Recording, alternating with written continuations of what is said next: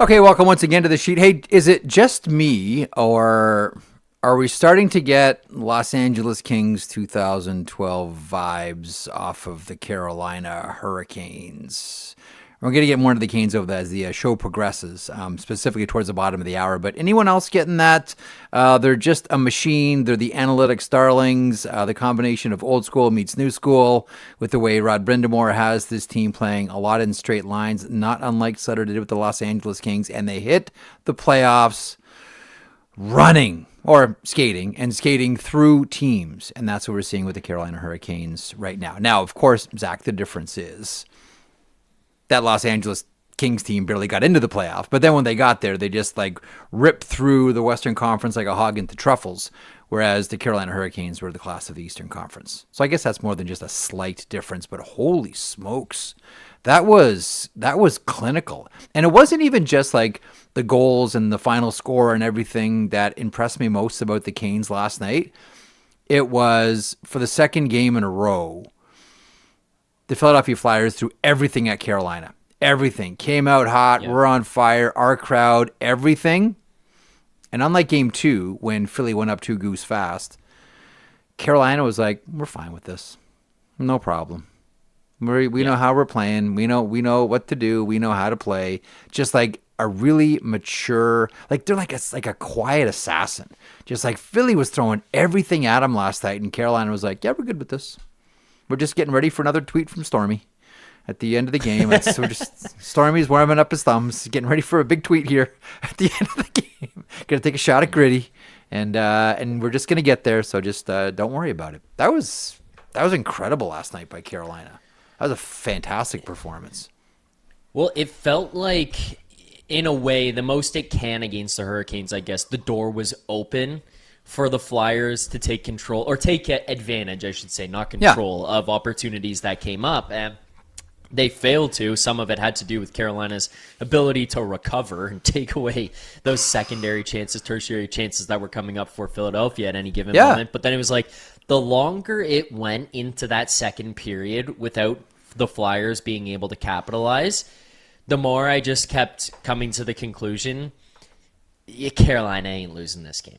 It was 1-1 at that point in the second, and it's like they're not losing this hockey game. I keep going back to the Ottawa series and the cutaway to Tim Stützle on the bench, and he's saying, "There's no room out there. There's no space.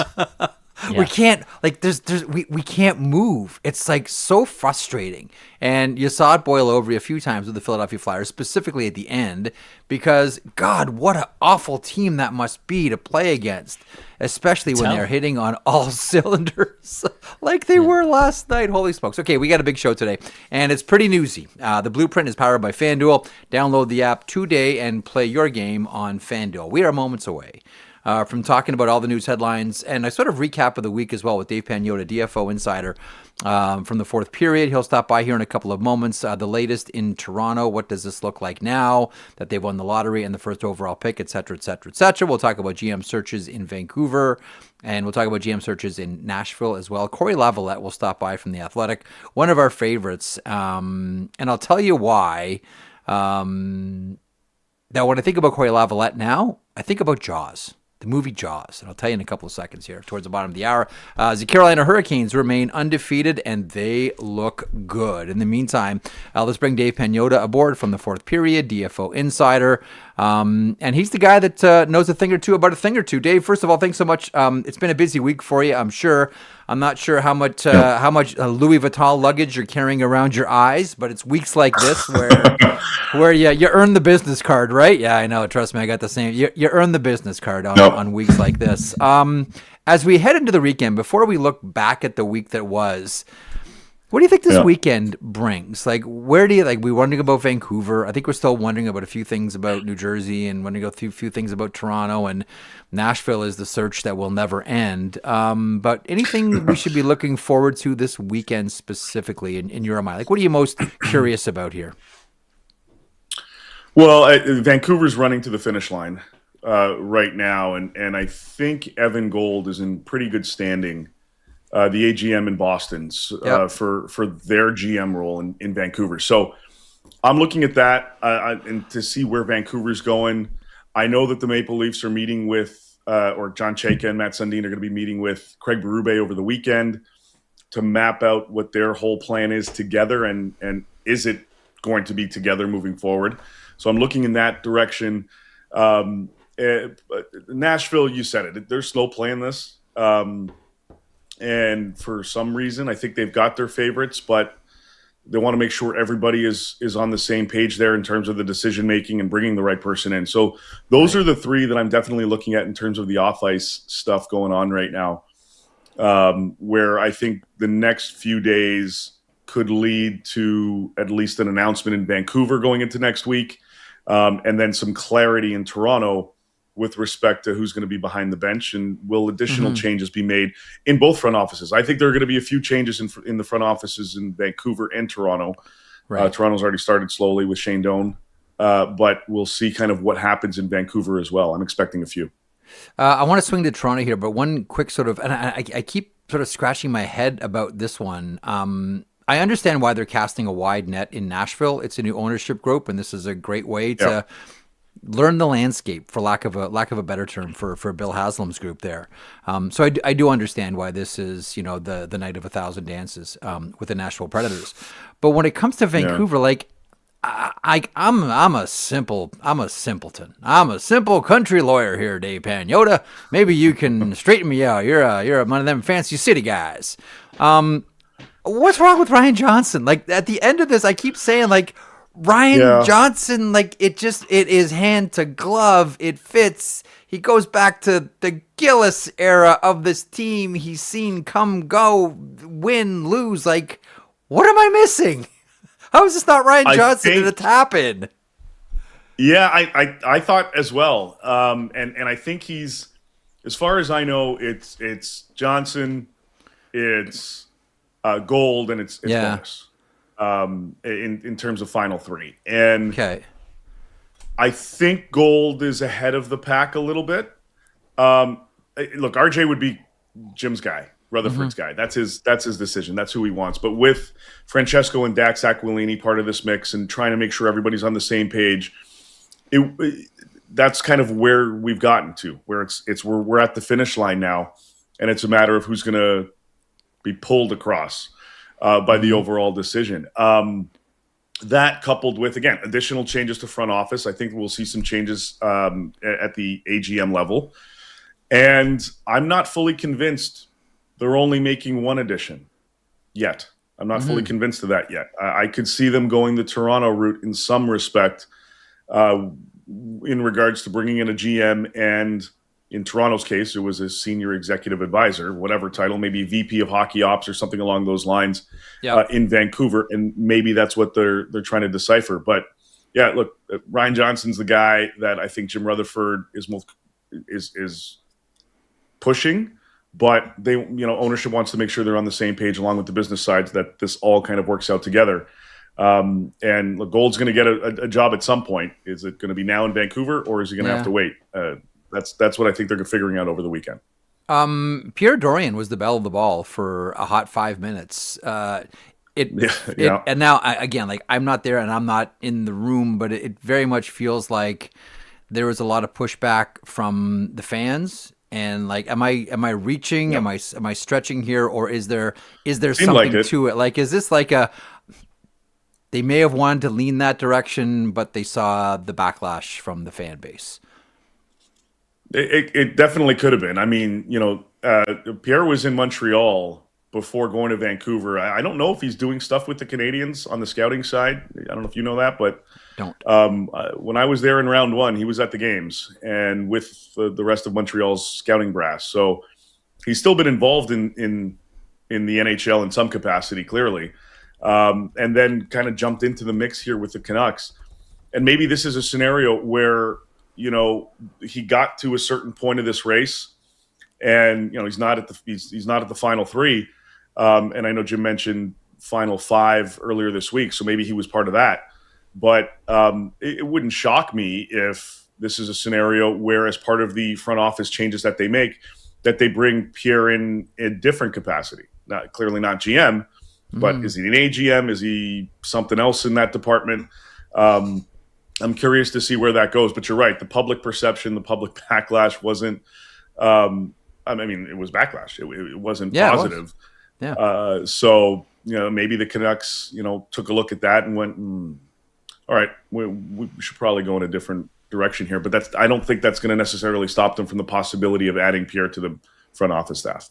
Let's swing to Toronto here. So you mentioned, trying to get everybody on the same page, what's happening with the coach and the conversation with Austin Matthews. Really, like as you look back at the week that John Chayka just had with not just the team, but the media, Steve Simmons specifically, winning the lottery the day after. Like, if you want to talk about like the absolute roller coaster, like, it's like I was saying on a morning show, it's like a toilet seat at a Stag and Dough. It's just up and down, like nonstop all week long for John Chayka come up for a breath. I don't even know if there's a question here. I'm just gonna Dave. What did you think of what happened this week? Like, what happened this week? Wow. Thanks, man. Man, yeah, University the Leafs. Well done. There's a lot that still needs to happen in Toronto, right? Yeah. The winning of the lottery was one thing, and a big thing, obviously. But Austin Matthews, for example, isn't going to just sit there and go, okay, cool, now we can draft Gavin McKenna and all is well in Leafland. Because I agree. It's not. Yes, I agree. There's a lot. Yeah, there's a lot that still needs to happen. And, Chayka mentioned on a few times during the press conference, in the scrums afterwards on Monday, that reshaping their defense is a priority. And he said priority specifically. Mm-hmm. So I'm expecting, that to be kind of where they focus on next in terms of any big potential type of shifts that they do to this roster. I think there's going to be a conversation with Morgan Riley if that hasn't happened already, but I believe it's supposed to at some point, just to see where he's at. I know he spoke with the prior regime in training at the end of last season. They spoke again at camp. Mm-hmm. His name was out there ahead of the deadline. Yep. Obviously, new guys in place now, but I think they're going to have that conversation there. They've got to rejig their bottom six. They got to figure out goaltending because with Hildeby entering the mix full time, and then the coaching stuff this weekend. So there's a lot that still needs to happen in Toronto, but with all of the hoopla that was tied to Sunday's news release and then Monday's press conference to the shiny new toy that is the first overall pick that everybody's focused on, they got really lucky in that regard because not only does that mean you're getting a hell of a player, but it took the attention away from some of the negativity that was tied to the press conference on Monday and to the overall hire in general, quite frankly. That's a great point. That's a great point. Yeah. That washed it. Sorry to interrupt, but I just want to pause on that because I think for everyone watching and listening, that is an excellent point. Because as miserable as that press conference was and uncomfortable as that press conference was, the next day washed it all away. And you talk about changing the news cycle and changing the story, ball number 12 did it.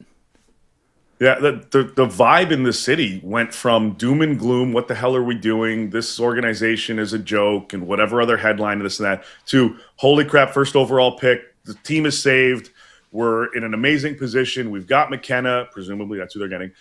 People already have McKenna jerseys running around town. I was saying to Zach, like the next morning, my kid was skating here in Stouffville. It had a 8 to 9 skate, and 9 o'clock, the 65 plus beer leaguers were popping out. And there was one guy who's got like the dark blue Maple Leafs jersey and white tape. He's got McKenna written on the name bar. Like the next morning. This is what's interesting to me for this situation now. Aside from the additional changes that have to happen and the eventual conversation, I think after Berube next week, I believe Chayka is going, and maybe Sundin as well, is going to Scottsdale to meet up with Austin Matthews to have that conversation in person. Mm-hmm. But with all of the hype around McKenna already, he's not even a Leaf yet. Yeah. With the way that they're going to look at this and analyze, and is it him? Is it Stenberg? Is it whatever? From a marketing perspective, do they almost have to already go with Gavin McKenna? Like, I'm curious how much, if any, because Keith Pelly said he's hands off. Okay. If you are. Oh, excuse me. It's clearing my throat. Yeah, are you influencing? Yeah, the I know, just right? froze. Yeah, are you going to influence the decision because of the business side of it and the marketing side of it afterwards? Yeah. Hang on. I wouldn't be shocked. It's a hang on, because I think again, like that's another really good point that we should pause on. The changing of the mood in Toronto, the changing of the conversation in Toronto. You always want your fan base to be in a good mood when they're thinking about ticket renewals. That's just the reality. And right now, the Maple Leafs, you can sell wins, you can sell hope. Right now, you're selling hope for this team. And I really do wonder, like, if Vancouver comes to them with a package for the first overall pick. They want the West Coast. They want the guy from the West. Maybe the Maple Leafs are looking at Caleb Malhotra. Could drop down to third. Could still get him. Premium position. Center iceman, not a winger. But then I flip back to what you're talking about, and that is there is, the greater good of the company, which isn't just always a hockey decision. It's also a marketing decision. And right now, the good news story is Gavin McKenna and first overall pick. But if it makes more sense to pick up assets and trade down and pick up a Caleb Malhotra at number 3 and flip with Vancouver, who makes that decision? Yeah. And how does that decision then affect the captain's perception of their at least the next 2 years? There are a lot of factors that are going to come into play here. A lot more balls are going to drop or bounce or whatever. They shut up to this whole overall equation. It's not. It should be pretty simple, but it's not. And all of these decisions are going to have a bit of a domino effect. Presumably, you're going to see the first overall pick join their NHL club. So in this case, the Leafs. Not a guarantee, but, there's the sell factor there from the marketability of it. There's the sell factor to your captain, that this is probably who you're going to play with. To the rest of the team, it's going to affect – the draft will affect how they approach any trades that they make, free agency, all of that. So it's all roses right now that have covered up the soil, the manure that was put on it. So it looks good. It is the spring, after all. Good analogy. Does it smell good yet? Yeah, right. I don't know. And everything tied to Austin Matthews. Like, Austin has not told them. And I know there's reports out there. I think some of the reporting has been a little misconstrued by the public. I think the perception of the reporting has been kind of twisted a little bit publicly. I could tell you with all certainty that Austin wants to win in Toronto, wants to be here. But if this team isn't primed and positioned, this is just like Edmonton, if they're not primed and positioned to do that now, why are we wasting everybody's time? If by July 15th, they have McKenna, they've rejigged the blue line, they're more mobile, they've found a legitimate 3C, the fourth line's been fixed, they understand where their goaltending is, they feel they can be a team that can compete in the playoffs, in the Atlantic, then everything is fine with Austin. But if none of those boxes get checked beyond the first overall pick, then that's a different discussion. Can I be blunt? Yep, please. I don't know how you do that in 15 days. Well, it's 2 months. Really, it's now. It's you got the first overall pick, so now you gotta, because I don't think, and you're right. I agree. You're 100% right. Which is why I'm saying you've got to make these moves. You've got to start mapping these moves out now.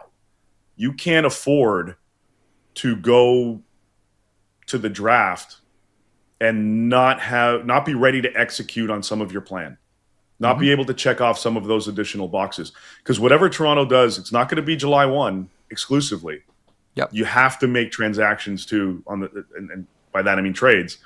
And that's going to lead up to all that.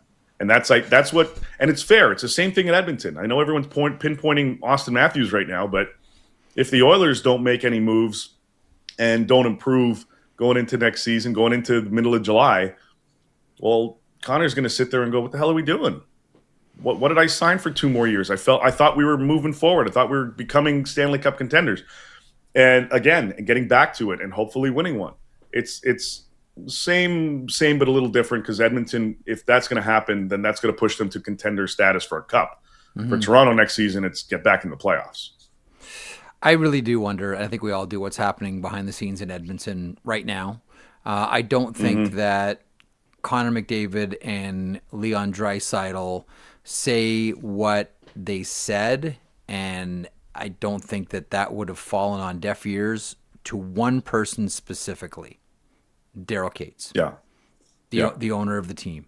And that's why I firmly believe that, like, I'm not saying that they're going to go and trade Connor. I'm not saying they're going to go and trade Leon. Right. Like, I'm not saying that, but it does very much feel like the owner's not amused, and that's being generous.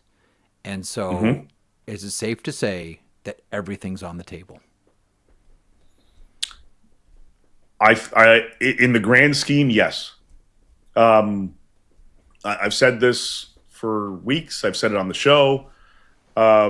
This is going to be the most important offseason in recent Oilers history, because this is going to define not just the next 2 years. Since the Gretzky trade. Yeah, that's just what it is. If they're going to go out and they're going to get Binnington or whomever in that, they're going to get a new goalie. They're going to move Nurse. They're going to bring in 2 other defensemen. They're going to get a top 6 winger that I believe they're trying to get, and then all the other things that I've said. And they're gonna remold their bottom 6. If they make all of those changes, you're convincing the captain, yeah, we're going for a cup, hands down this year. You're convincing Liana the same thing. They don't do that. Again, same question in Toronto. What the hell are we doing this for? And I think the owner in Edmonton is a little bit more hands-on emotionally than you think the corporate structure in Toronto. I'm trying to word this as best I can. Hey, you're threading a very fine needle here, and I respect it. I respect it. But like, yeah, Daryl's hot. He wants to. He's hot about this. He's pissed off. He wants to win. He wants this to happen, and go do it. And if you're not going to do it, then what the hell? We're like, that's my captain. Not we're treating the team like this. Now we have no choice but to move in a different direction, and that's not what the owner wants. The thing is too, and I think we're all looking at and putting on our Connor McDavid, Leon Draisaitl Dakota rings. When they were saying what they were saying, were they talking about composition or coaching, or were they talking about both? I think both. I don't disagree. I don't disagree at all. I'm serious. Like, that's why I say, like, is everything on the table here? I agree with you. Yeah, I agree. I think so. And we've talked about this before. If you're making a coaching change, you're paying Chris Knobloch to sit on the sidelines for 3 years. Cost of doing business. If you're doing that, and then you're bringing in, let's say for argument's sake, it's Bruce Cassidy. Well, first of all, Bruce is going to want to come and make sure all of those other holes are filled too. But let's say for argument's sake that happens. I mean, Daryl's going to do it. If that's the decision, if this was what's going to put us over the top, let's do it. That's going to be the message. Because, like you said, he's pissed, he's frustrated. He wants this team to win as much as anybody. And I fully anticipate this being a very, very active summer for the Oilers, more so than in Toronto. Because, again, the mindset is Stanley Cup now in Edmonton. In Toronto, it's back in the playoffs, then let's get to a cup. But we got to take those steps. Edmonton it's cup or bust. And it's cup or bust. It's cup/Connor or bust for the Oilers basically next season. You want to there's always there's always rooms that you want to be in when conversations are had. Like for the longest time, Brian Burke would always say, and this is when, this is before MLSE looked like what it looks like now. This is back in the Larry Tannenbaum days.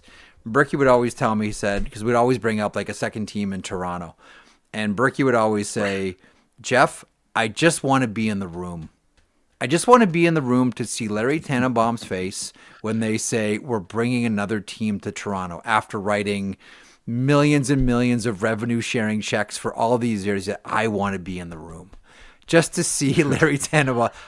I don't know if this name has come up at all, but I would love to be in the room because in the spirit of, because you have to do this as an exercise when you have a season like the Oilers. You have to talk about everything. You have to talk about all of it. Dave, I want to be in the room to see if anybody brings up one name. Jay Woodcroft. Jay Woodcroft. For it, that would be ballsy, but considering what we've just seen, and I know like the Vegas series and all that, but like considering what we've just seen, Dave, like would that would have to be a conversation, wouldn't it? If you're convinced you're going to make that change, then I guess you have to have that. You'd have to check your be options. A wild story. That'd be more than a while. Man, if it like you want to be in the room too, just to hear the reaction if someone brings up the name. I don't even need to be in there. Just put a camera because I want to see reactions. If I'm out, that's fine, but I want to see everybody's face when that happens. I think it might be similar to some of the reactions when it was suggested that Paul Coffey needed to return behind the bench. I don't know if it would be that extreme. Woodcroft, but yeah, there was a lot of question marks about that one too. Absolutely, there was. Like the thing about the Oilers coaching right now, I keep coming back to this idea. Like, if they wanted Bruce Cassidy, it could be done by now. How come it's not done? Again, I agree. The only thing that I don't know this with certainty, I'm just guessing, but if I'm Bruce, I'm going, well, I need to see what this is happening. I need to see what's going on. I can't just, similar to Connor and similar to Austin and Toronto, I know your intentions are good, but I want to see action. And that's where I could see, if there is hesitancy from Cassidy, I could see it being because of that. Fill up this roster, then I'm in. Show me you're going to do this, then I'm in. Because I don't want to commit, and then we can't be half pregnant here. We like, you need to have all of it, and then I'm in. I could see that being a scenario there. Really quickly, I've got Cory Lavalette stopping by here in a couple of seconds, but I did want to have get a quick thought from you on Sonny Mehta and the New Jersey Devils. Sonny now starting to round out his staff. Yeah, we know they made a couple of changes. McKinnon and Fletcher out within the organization. They're looking at adding at least one AGM, I believe, to the mix there, and then roster decisions. The one thing I can tell you, Anton Saleyev, there is a deal in place for his ELC. Just for everyone who doesn't know, like that's like the 6'1" million guy, the giant, on the back end. That guy's huge. Yes, first round pick. What was it, 10th overall, I think? Yeah, he was a high first round pick. Yeah, I think it was 9th, 10th. Yeah, something like that. Anton Saleyev. Yeah, a couple of years ago. Massive. Yeah, and he's in the KHL. He was sent down in the K to their AHL equivalent. And there are just a couple of hoops that need to be hurdled over or through or whatever, but expect him to come over. So that's a little bit of business there that they've gotten presumably done. It will be done, but it's there. So that's good news. But then they also have to firm up a few other things. But in the front office, I believe and I don't know who yet or where they're looking, but I believe it's at least one AGM that they're going to bring on board there in Jersey to firm up that front office staff. Makes sense. Dave, is always great stuff. Glad you enjoyed the idea of Jay Woodcroft going back to the Edmonton Oilers. Wow. I'm going to send some messages and see what kind of reactions I get there. See, again, from others around the league. Yeah. I just want to be in the room. I just want to be in the room. You're the best, pal. Have a great weekend. We'll talk next week. You got it. You too, buddy. See ya. There he is, Dave Pagnotta from the DFO Insiders show Wednesdays here, alongside Irfan Ghaffar on our DFO YouTube channel, and also from the Fourth Period. Okay, you know why I love Cory Lavalette? I mentioned once that our second child is loosely based off a couple of my favorite characters from the movie Jaws. Brody Quint. I wanted Brody Quint, but I wasn't getting both. And something shows up in the mail from Cory. Let me get this in there. Quint's Shark Fishing, Amity Island, Massachusetts, USA, since 1975, when the movie came out. And Cory Lavalette, if you think you can bribe your way back onto this show, you are 100% right, sir.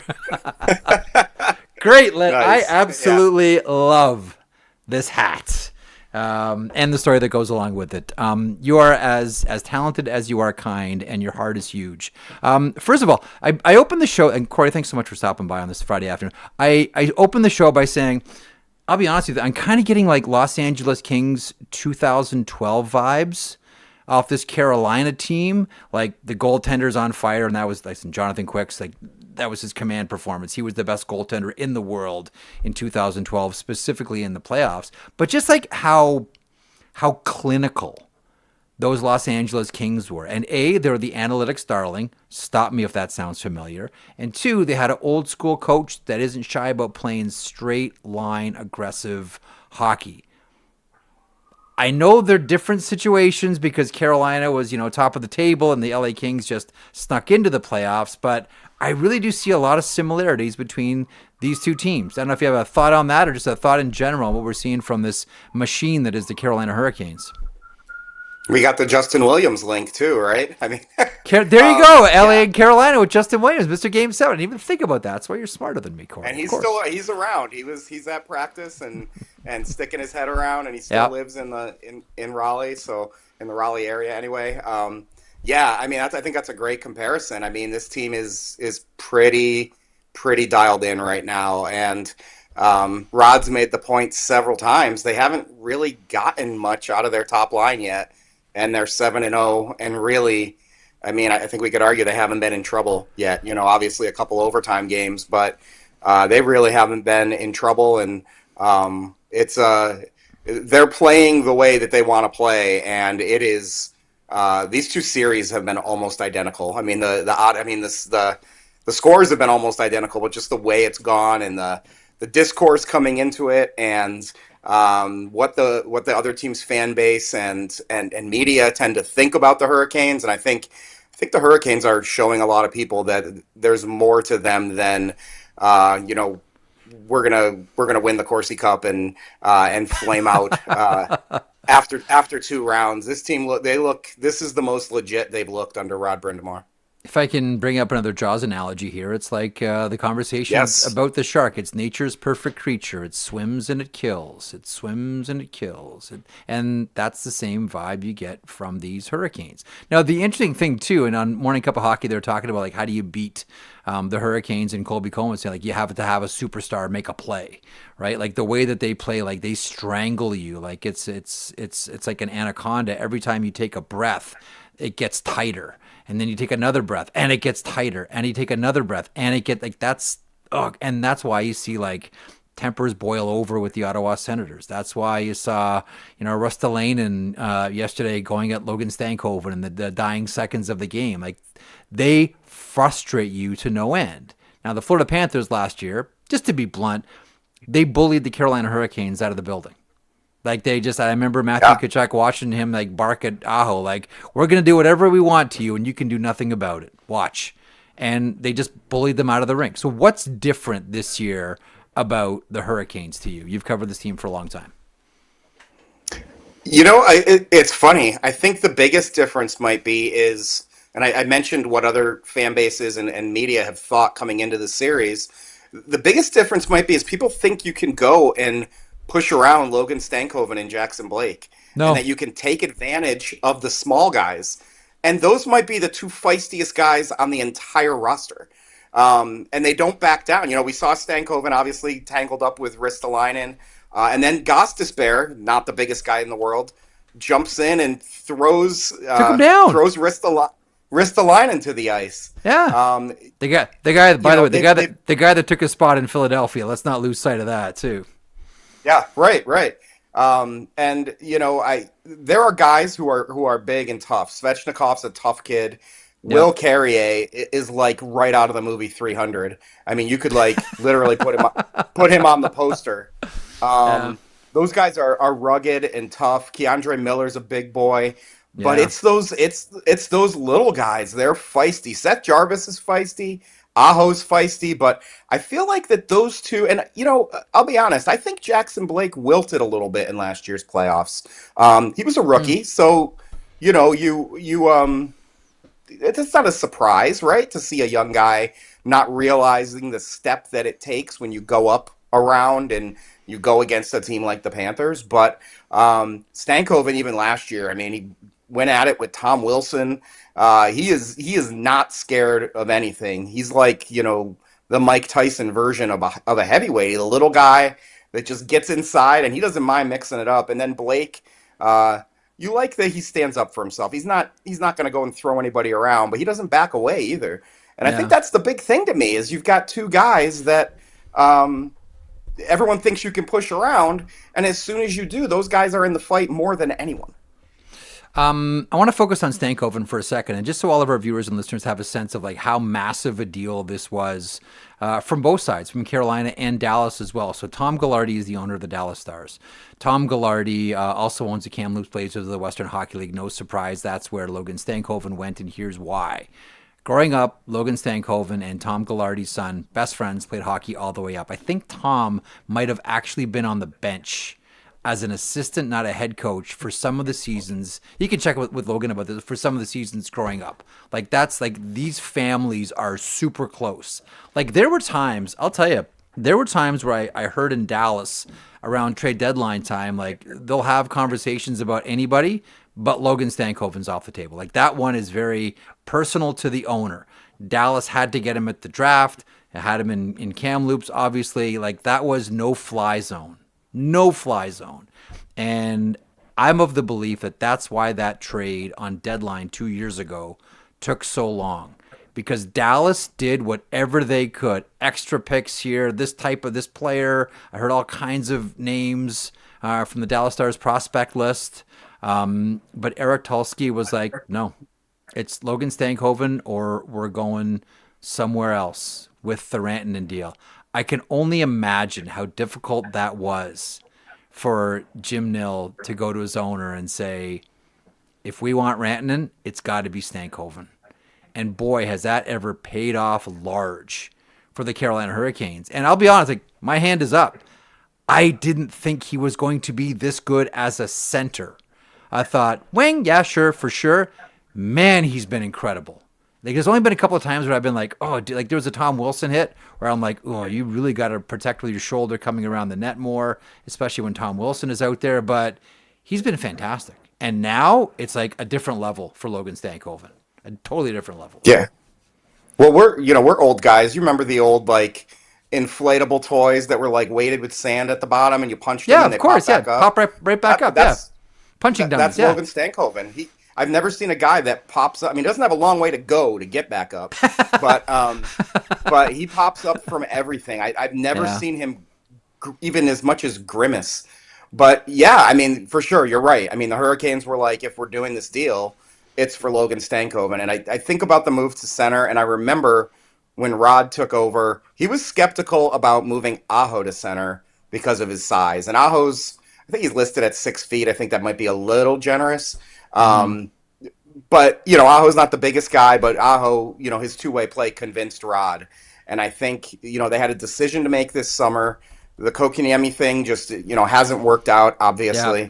And they gave the kid a shot. And I'm telling you, he's a pit bull. And he scores from the, you know, between the circles endlessly. I mean, it's not like he's taking shots from the outsides of the circles and picking corners. He is in the middle of it at all times. And he's relentless, and Blake's the same way. Those guys, I mean, they terrorize the other team. I talked to Jordan Martinook the other day after Rod made the quick little switch and switched Martinook and Jarvis, and it leads to the Jarvis goal that ties the game. I was just talking to him about, when Rod does those things, what's it like, et cetera. And he's like, we have one line that you can't touch right now, and it's that line. I mean, it's Stankoven, Blake, and Hall.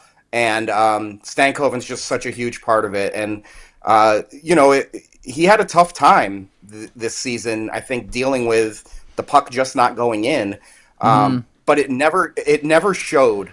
It never showed in his play, in his effort, anything. I think he was feeling it, but he didn't show it. And then the puck started to go in, and all of a sudden it just keeps going in. And Taylor Hall's been great for those two. I think we're up to about 10% of the NHL fan base hating Taylor Hall right now. Between I think we're up to Boston, Ottawa, and Philly now. But I mean, just an amazing transformation. Well, I don't want to say transformation. That line was good from the second they put it together. But now that the pucks are going in, they've been lights out. I want to get to Taylor Hall here in a second, because I've been making this point, like, what a second act this guy is having in his career. This is the best we've seen Taylor Hall play since he won MVP. But before we get there, one of the things that I really admire about this, like, I love teams that sort of show you how they can fly in the face of common wisdom. Like, we look at the New Jersey Devils, and I'm talking about centers here. So you look at the New Jersey Devils, and for the longest time now, the conversation has been, you cannot succeed with small centers. You can't have Jack Hughes and Nico Hischier. You can have one or the other, but you can't have both. And then we see Aho, and we see Stankoven, 1-2 for the Carolina Hurricanes. And the only place where I can draw a historical link towards an elite team with small centers is that Montreal Canadiens dynasty of the 70s, where Jacques Lemaire is like 5'10", and Doug Jarvis is like 5'8", 5'9". But other than that, the prevailing wisdom has always been, you need size down the middle. And here's Eric Tulsky, Rod Brindamore saying, nah, that's wrong. Nah, that's wrong. That's wrong. We got Aho and Stankoven. If you average it out on the top three centers, you're probably all right, because Jordan Staal is a horse. he makes up for all of them. But I mean, they believe in what they're doing. They know that intensity and relentlessness is more, want is more important than, how you're built, right? It helps. I mean, I've always said, if Sebastian Aho and Alexander Barkov were the same size, they're probably the same player. Like, Barkov is an elite shutdown, dominant player because he's all of those things and he's big. And Sebastian Aho is just not blessed with size. There's an advantage to being big. There's no doubt about it. But it doesn't have to limit what you are. And those two guys, and they're both so ultra competitive. This roster is just loaded with competitive guys. And you mentioned, Taylor Hall too. And I mean, that's a guy who's just bought in. You got these guys who, and it reminds me of the 2006 team. Rod Brindamore talked about how, they brought in Doug Weight. They had Glenn Wesley. They had Brett Hedican. You had all these guys who had played long careers and, hadn't won. And there was a feeling in the room of, this is our chance. And if we want to do it, and Brindamore obviously at the top of that list.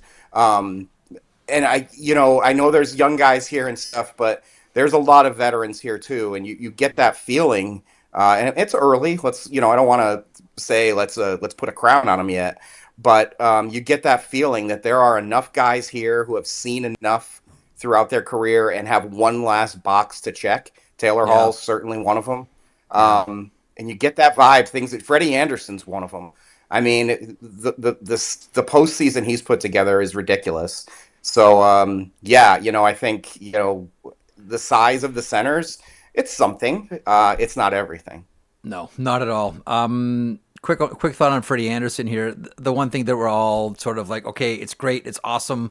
Look at this, what a performance. Are we going to see the emergence of the hospital bracelet, though? Like, I think that's like the only thing that you wonder about Freddie Anderson. You just don't know. Like, any crease crash, you cross your fingers and you hold your breath and you hope that he's okay. So one of the ways I think you judge great teams is when they have a chance to end a series, they end it. Up 3 Cobb right now against the Philadelphia Flyers, Game 4 again in Philadelphia. I don't think it would surprise anybody if this is back-to-back sweeps.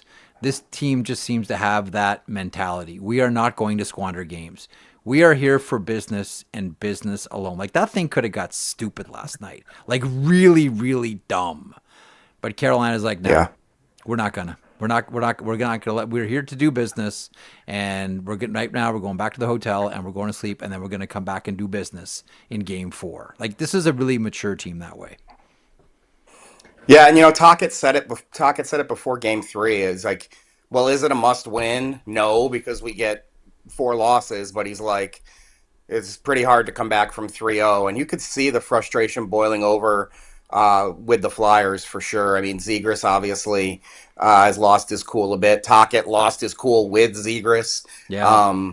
And the Hurricanes are just, we saw Keandre Miller just kind of laughing at Travis Konechny last night. Like, okay, kid, like, we got one more of these and we'll see where it goes. But I was joking today with some of the other Carolina media guys that maybe it's the best thing to do is just to lose tomorrow, just to get that out of the way, because all anyone's going to talk about is how they haven't lost.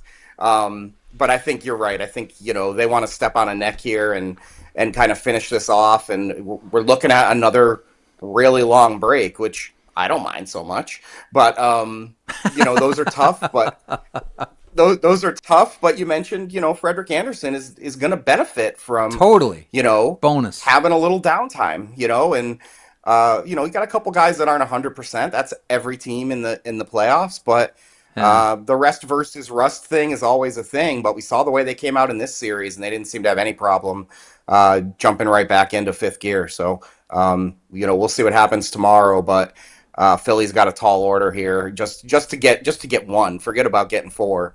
The Hurricane, they missed Noah Cates a lot. He's a really good player. Dvorak's not right. Sanheim, I think, is banged up. He got hit hard a couple times in this series.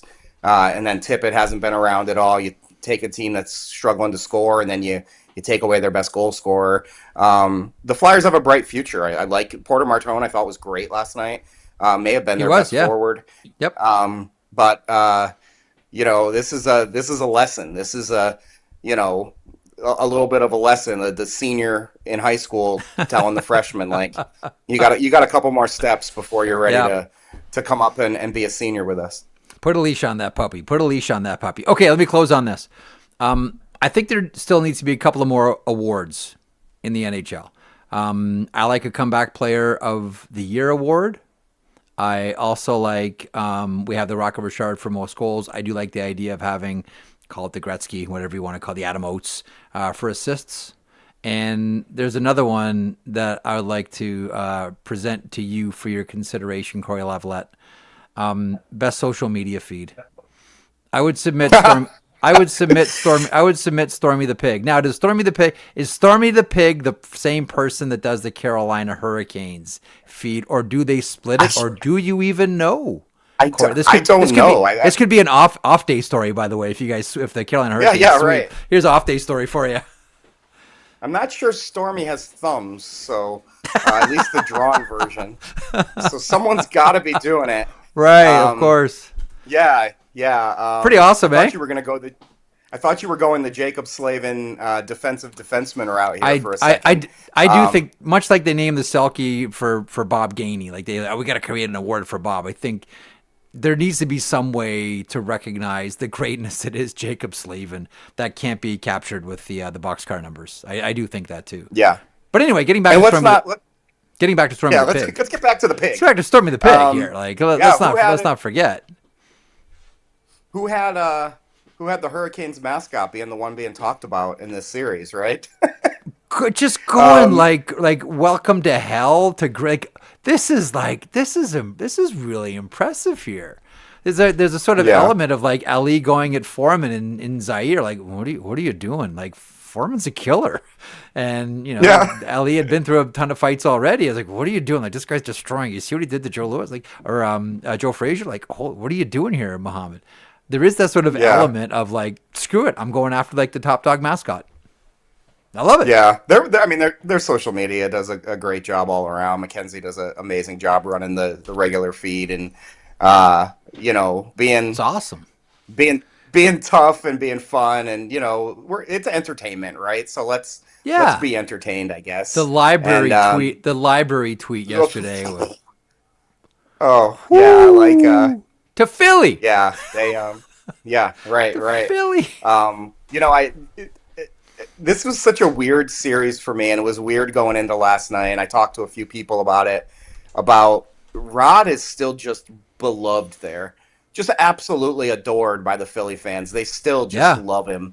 What a weird... there are not too many people who can walk in to Philadelphia as an opposing player or coach and be revered. The player thing's a little easier. How do you go this long? We're 25 years removed from him being a Flyer almost, and they still just love Rod. And they would. I think it's a fun dynamic. The social media stuff, and the Hurricanes are obviously feeling pretty good about it. They ever since the bunch of jerks Don Cherry stuff, they've always loved to jump at an opportunity. They've stepped it up. Like it's really great. It's so much fun. It's a nice sidebar to all the action, which might just come to an end in Game 4 here. Corey, two things. Thanks so much for stopping by. And this hat is the first star. Don't know where you got it. Don't know where you found it, but bless you for it, man. You're the best. Corey, thanks, pal. We'll talk soon. Take care, buddy. There he is, Cory Lavalette from The Athletic and the North State Journal. What do we got still here today? We got a few things, but I want to get your thoughts, Zach, on the Carolina Hurricanes social media. And here's another analogy I'll draw to those damn Los Angeles Kings from 2012. Their social media, I think they were the first ones to really jump out there and go for it and get in your face, and wasn't just score updates and here's our first star. It wasn't just like, let's shine the team, but to have a little bite to what they were doing. And right now, no one's biting harder. No one's biting harder than the Carolina Hurricanes. Well, was it 2012 when you and Greg, I'm going to say you guys lump you together on this, but you got in trouble. Greg got in trouble with the LA Kings, trouble loosely, when he had to get the pie in the Sharks. face. Oh, was it San Jose? Okay, San Jose Sharks. Oh, was it LA? It might have been. No, I think it was the Sharks. I think it was the Sharks. Yeah, he ended up taking a pie in the face at center ice. Good on Greg for going for it. I always respected that. You should have fun on social media. That's what that's what it should be. Sports are fun. It's fun. Let's have fun. Let's talk some shit. Let's have fun and piss some people off along the way. That's what it's all about. The library tweet, there were some funny ones along the way, and I saw the Canes account posted the photo of Keandre Miller zoomed in when he's getting headlocked, smiling. It was all funny. The library tweet was the one that was like, this is by far the best. The Canes bench and just however many Flyers fans in the four sections it spanned across with dog face looking at the ice, and it said the best library in Philadelphia. Philadelphia's newest library. And you know that they're just going nuts. The Flyers fans who are normally loud and rowdy, and as I coined them before the playoffs started, and I say it lovingly, scumbags. They're sitting there looking at that, going, "Damn it, we got caught." Why can't we be winning right now, and why can't Gritty be tweeting like this? But then it just makes you had Muppet. No, you Muppet reject. That was the nice touch. And then he comes back with the roasting of the pig rinkside. It's like, it's when you're losing, it's tough.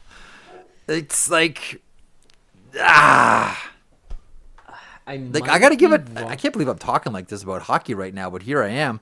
I'm giving this one to Stormy. Well, right now, Stormy's winning. Okay, I should have grabbed this one. I just remembered it. Stormy tweeted a photo of Gritty. It's nothing outrageous, but it's just a normal photo of Gritty. Just a carrot one? Caption on it. Looks like a fat carrot that grew mold. Just going at the champ. It's hard. Yeah. If you don't know what we're talking about, do yourself the favor of checking out the social media of the Carolina Hurricanes. Their mascot, Stormy, and also Gritty's. Carolina's not just winning on the ice. Not just winning on the ice. Dominating Gritty off the ice. Dominating. Just starching them. Oh, my God. Do you ever thought anything Dave and I talked about, whether it's your Toronto Maple Leafs or the Vancouver Canucks? I still don't know how it's not Ryan Johnson with the I've said it from day frickin' one. How this isn't Ryan Johnson is beyond me, but we'll see where this one ends up. Or Nashville or New Jersey or anything you want. Anything on your mind, he said, thinking that you're probably thinking about blue and white. No, I have a thought on why it's not Ryan Johnson. Okay. And it's one name. It's a family name, actually, in Vancouver. That makes me think that that's AQ? the reason that it wouldn't be... AQ? That would be the one. Why No, but don't forget, be... like Dax Saccolini is part of this process too. Like, it's not just Francesco. Like, Dax Saccolini is part of this as well. So, I just don't see a way where it's not him. It's just I just wonder if the delay is that it's not their guy, and they need to be sold on it because it's not their guy. That and when I say their guy, I'm well aware Ryan Johnson's being in the organization, he's been around, so it's not like they're unfamiliar. But it's not the guy that they've goes back to Mike Gillis. Goes back to Mike Gillis. It's not the guy forever. Yeah, I know. I agree with you. I understand. Fan base loves him. If it's them championship in Abbotsford. Yeah. I just wonder if that's them being like, well, we weren't the ones who said, let's get this guy. So that's where the hesitation is, especially knowing that JR is, which also all-time funny way to announce your departure, let's say.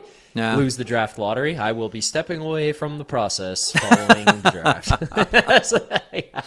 I really wonder if they try to entice the Maple Leafs for the first overall pick. That's for another conversation. Anything we want to get to your making us rich segment here in a couple of seconds, but anything else from sort of news of the day, or maybe just a thought on the week that was? Like, there was as much off the ice as there was on, and all the stuff on the ice was outstanding too. And I'm really curious about what happens between the Montreal Canadiens if we see a different Habs team facing off against the Buffalo Sabres tonight, to see nothing of the Anaheim Ducks, who have been the better team in 2 games against the Vegas Golden Knights, but that series shifts back to the Honda Center, tied at 1s. Anything from this week jump out at you, Zacharoo? Yeah, the one you just mentioned, I know it's kind of a cop-out because you did just bring it up, but the one thing I keep thinking about is before the series started, you and I talked about more or less what it would take for Anaheim to win that series. And the comment that you made, I'm going to paraphrase, I don't want to get you in trouble, but was more along the lines of, does Carter Hart win the game for the Anaheim Ducks? And that would be something that helps them. It's been the opposite. And it's still 1-1, and it probably could be 2-0 if not for Carter Hart. Carter Hart won the game. Won game 1 for them. Make no mistake about Vegas, it. Yeah. I'll tell you what, if playoffs always produce emerging stars.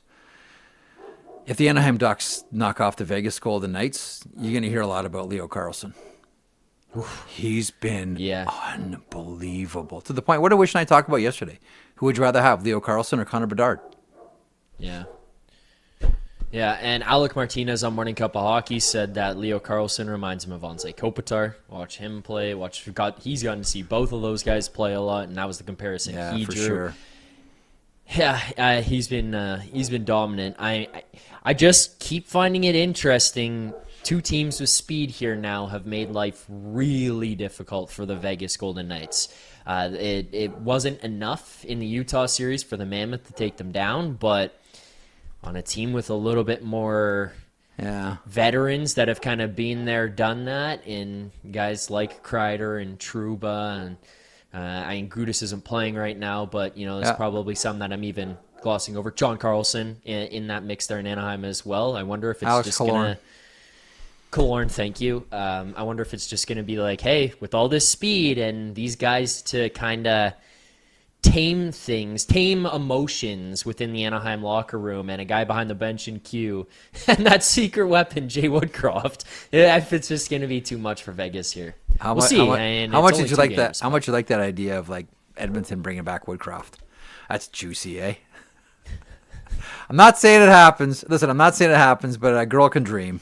Right? It's a Friday afternoon, and a girl can dream. I just imagine them sitting there, and they're throwing out ideas about how to change this thing, and someone says, "Well, you know, what about Jay Woodcroft?" Now, room goes quiet. Everyone turns into a library to steal from Stormy. Everyone just looks at the owner, or looks at Stan. You know, it's like one of these like, okay, I'm gonna. Everyone's got cue cards, and I want you to write down all your ideas, and you don't have to sign your name to them. Then we're gonna put them all in a box, and I'll just draw them out, and I'll read everybody, so no one has to be responsible for any of the ideas. I would do that so often if I was a general manager, because people can get so shy about not wanting to present an idea that ultimately would benefit the team for fear of what the reaction will be. I would do a ton of. Just write down your ideas on a blank piece of paper. Well, I'll put them in a box, then I'll bring them out and I'll read them in front of everybody. That's the only way. Honestly, that's like the wisest way to do it, because you would have to have the conversation about like all the coaches that are out there. But is anyone gutsy enough to say that name in a room? Yeah, I don't know. That reaction from Edmonton brass would be enough for me to want cameras in there to pay an outrageous amount just to see. That's your behind the. There you go, NHL. That's how you do it. You want to do like a behind the scenes, like life in the NHL. It's not just like, oh, we're going shopping for Christmas trees. This will be fun with Matt Zuccarello. No. Two things: take us inside an arbitration hearing. Yeah. And then be in the Edmonton room when someone brings up Jay Woodcroft. That would be awesome. Hey, thanks Oilers for that behind the scenes footage of the trade for Jason Dickinson. Really appreciated the insight and all that kind of stuff. Quite frankly, I don't give a shit anymore. You're gonna have to up that game because we've got something else here we want to see. All right, this segment and speculation on Jay Woodcroft is a segment, presentation of the Ninja Crispy Pro Countertop Glass Air Fryer. Shark Ninja is elevating the air fryer experience. The Ninja Crispy Pro is a family-sized cooking system that comes with a 6-quart, 2.5-quart glassware, storage lids, crisper plates, and a modular base for any occasion. The clean, crisp glassware is designed for non-toxic cooking and storing. Go from frozen to crispy with the thermal shock-resistant clean, crisp glassware. The Ninja Crispy Pro is powerful. It's an 1,800-watt air fryer that can cook up to 7.5 pounds of chicken that feeds 10 people. It's customizable with 6-in-1 functions: max crisp, air fry, bake, roast, recrisp, and dehydrate. For more information on the Ninja Crispy Pro, visit the link in our description or go to sharkninja.ca. As we've been mentioning, 2 games on the board this evening. Starts at 7 o'clock Eastern with the Montreal Canadiens looking to even their series against the Buffalo Sabres. Sabres looking to take a 2-0 series lead heading back to the Bell Center. Vegas Golden Knights and the Anaheim Ducks, as we've been talking about, are split at ones. It probably should be 2 Cobb for the Anaheim Ducks, but nonetheless, the Quack are back at home tonight. And in that spirit, our man Zuccarello, Matt Zuccarello. Whoa. The sheet is powered by FanDuel. That just came to me in a Blakean vision. The sheet is powered by FanDuel. Play your game with FanDuel. It's the NHL season, and FanDuel is your home for all the action on the ice. From Blue Line to Bet Slip, we've got you covered all season with unique promos, live offerings, and more features to let you play your game. If you missed Puck Drop, don't sweat it. With a live same-game parlay, you can build your bets up until the final buzzer. Download FanDuel Sportsbook today and play your game. Please play responsibly, 18 plus, and physically located in Ontario. If you have questions or concerns about your gambling or the gambling of someone close to you, please contact Connects Ontario. The number, 1-866-531-2600 to speak to an advisor free of charge. Matt Zuccarello, I kind of like that. Where the fuck did that come from? That was awesome. I don't know. So wow. We had a discussion on Off the Roster this morning about what my name is, and you've called me this, and I'm people in the chat call me it as well. Philly. Zacharoo. Philly. Like, You've had that your whole life. Yeah. How all called me. Yeah. Some of my buddies recently started calling me Z. So that was something that's gotten. Yeah, you and Char are a lot alike. alike. Yeah. You and Char are a lot alike. Yeah. Yeah, exactly. Often confuse you two. Alberga calls me Nikita Filatov, taking the Phil. Was he a 4th overall pick? Man, he drove Doug McLean crazy. Yeah. Hang on. As we both go to type. We're both doing the exact same thing. He drove him 6th overall by the Blue Jackets in 2008. Oh, my. I had forgotten all about Nikita Filatov. Oh. Man, do I have some stories about him. Anyhow, no, it was about Zhurdev. Zhurdev and Filatov. Those are the pair for Doug. Anyhow, what are we doing today? How are you making everybody rich for the weekend? Well, it's Leafs related, surprisingly, Jeff. Shockingly. Because, how is it Leafs related? They're don't not worry. playing. Don't worry. Okay, this is going to be worry. a stretch. Here we go. All right. Because, one of the things that's been coming up here is Matt Sundin and his connection to Sweden, and therefore his connection to Stenberg.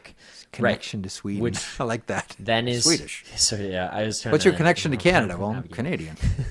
Yeah, he's Swedish. His connection to Stenberg, therefore, and so okay, all right, we're starting okay, to very kind good. of get the conversations going. Does the Swede want to take Stenberg? Does he want to pass on McKenna? Could you see, as you pointed out throughout the show here tonight, could you see the Canucks get horny for that 1st overall pick, and they want to get in there? And, maybe. Well, you know what, Jeff? No matter who it is, whoever's the shiny new toy is neither here nor there. The fact that something is coming makes Leafs fans hurt a little less. So we got Hurtle, we got New Hook, and I'm not sure what the third Come on, it's right be. there. I don't know. What is it?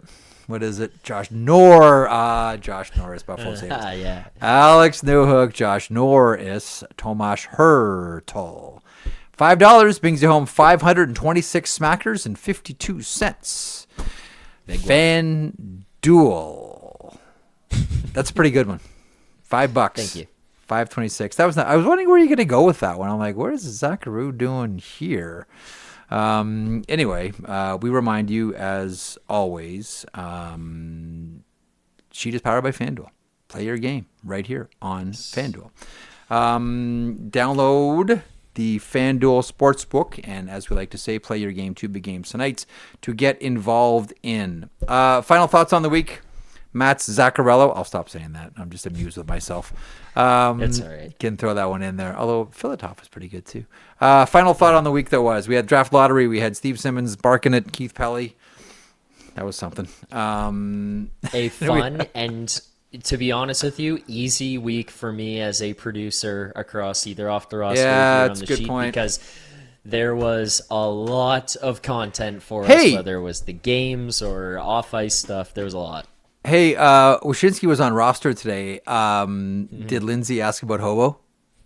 Yes. How'd it go? Did. How'd it And go? Greg started dying laughing and telling us the story about how it took him. I didn't realize how long it was. He said it took him a year to figure out that it was, or it was years. It was years. Yeah. Okay. Yeah, he didn't know it was a dog. To figure out that it was a dog. Actually, I didn't know that. here's one. There is someone we talked about today on the show. He brought that up. Who he did, eh? Damn it. Yeah. You brought up Jay Woodcroft was on the Littlest Hobo once? Yeah. Yes. Damn. Yeah. All right, I'm all out of ideas then. Yeah, Good on we Lindsay for We asking. talked That's about great. that. Yeah. It was good. Greg was great on there. He talked about his Darth Vader behind him as well. So we kind of went all different directions on off the roster, but Shocking. it was a fun show. It was a fun week of shows across off the roster and the sheet. Make sure everyone subscribes to both here on Daily Faceoff and off the roster YouTube channel. But yeah, I mean, look, the hockey has been really entertaining. Has it maybe been as good as the first round, Jeff? I will concede. maybe not quite, because they're maybe not as fresh. So you've got me there. Still, I've been first thoroughly round's the Stanley Cup. First round's the Stanley Cup. That's it. Like, that's my Stanley Cup. As someone that just wants to watch Tuesday night was my hockey Stanley Cup. Yes, it was. Yes, and Maple Leafs fans, all of a sudden, the place just went from like the darkest cloud to the brightest sun of the sky. It was like an azure sky of deep summer for Toronto Maple Leafs fans is what it became. I'll stop now. Pretentious. All right, Zach, you have a great weekend. You enjoy yourself. Thank you, Whatever. you too. I have a feeling you'll be watching a lot of hockey. Shocking. Yes. All right, thanks everyone for watching. Thanks everyone for listening. Thanks to Cory Lavalette for stopping by. Thanks to Dave Pagnotta, who stops by here on Fridays, for putting up with goofy stuff and some great information from Dave as always. Thanks to you for being part of it, whether you're in the chat, whether you are listening, whether you are watching, whether you're doing all three. We appreciate it here. Thanks so much for joining us. If you've subscribed to our channel, thank you. If you haven't, please consider doing so. We're back Monday, 1 o'clock Eastern for the sheet as the playoffs continue through the weekend. I want to mention, too, CHL playoffs continue. Game 2 between Barrie and Kitchener. Kitchener leading that series 1-0. We've got, look at that. We got the Prince Albert Raiders facing off against the Everett Silvertips. That one, game 1 tonight. We have Moncton facing off against Chicoutimi. That should be a banger. Chicoutimi's so good, but man, Moncton. That kicks off tonight as well. And then, as I mentioned, the Barrie Colts taking on, nice shot at Kashawn Aitchison there. Oh, who's that young fella in green on the left? Kitchener Rangers leading that series 1-0. So enjoy it. CHL playoffs continue starting tonight and through the weekend. Thanks for joining me. Back Monday, 1 o'clock. Talk to you then. Jeff Marek along with you. Hope you enjoyed the program today. If you did, or maybe even if you didn't, they can't all be gems, folks. Please hit the subscribe button. Also a reminder, every morning, 9 a.m. Eastern, Johnny Lazarus, Colby Cohen, I call them the Impact Players. You might know them as a tandem that makes up the Morning Cup of Hockey. Also DFO Live at noon Eastern. This year, your host Tyler Yaremchuk alongside Carter Hutton. Full day's worth of programming right here on Daily Face-Off, your favorite YouTube hockey channel. And as a reminder as well, Zach Phillips, our producer here for the sheet, said if you subscribe, he'll buy you a puppy. It's true.